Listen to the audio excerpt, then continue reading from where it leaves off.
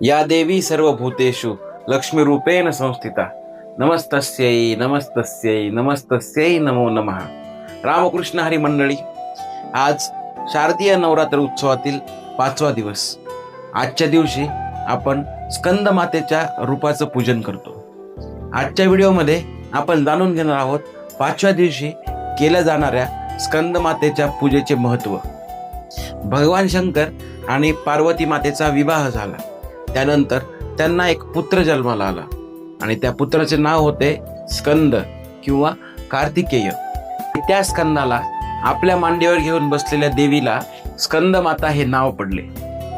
पुढे तो स्कंद देवाच्या सेनेचा सेनापती झाला आणि त्याने तारकासुराचा वध केला आणि तारकासुराचा वध करून पुन्हा देवांना स्वर्गाचा अधिकार मिळवून दिला।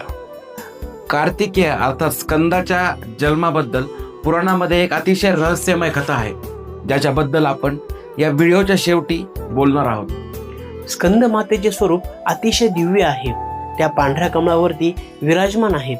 त्यांच्या 4 हातापैकी 2 हातामध्ये कमळ फूल आहे, एका हातामध्ये स्कंद बालक आहे, तर एका हाताने त्या भक्तांना आशीर्वाद देत आहेत। त्यांच्या मुखावर अद्वितीय तेज व करुणा झळकते।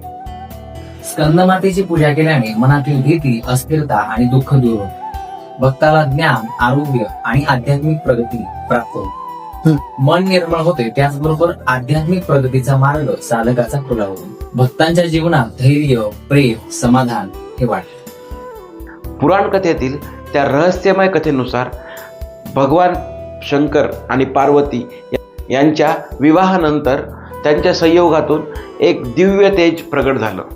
ते तेज एवढे प्रखर होते, देवतांना ते धारण करणे अशक्य झाले। देवतांनी ते तेज अग्निदेवाला दिले। अग्निदेवानी काही काळ ते तेज धारण केले, पण काही काळानंतर त्यांनाही ते तेज असह्य होऊ लागले।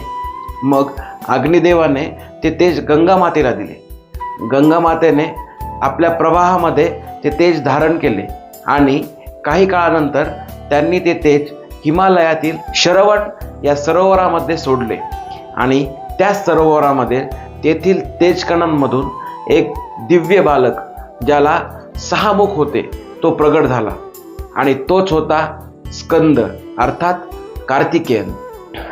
नवरात्रीच्या या मंगल प्रसंगी तुम्हाला धैर्य, प्रेम, समाधान लाभो हीच स्कंद मातेच्या चरणी प्रार्थना। नवरात्रीच्या 6व्या दिवशी कोणत्या देवीची पूजा केली जाते हे तुम्हाला माहीत असेल तर आम्हाला कमेंट बॉक्समध्ये नक्की कळवा आणि आमच्या व्हिडिओला लाईक, शेअर, सबस्क्राईब करायला अजिबात विसरू नका।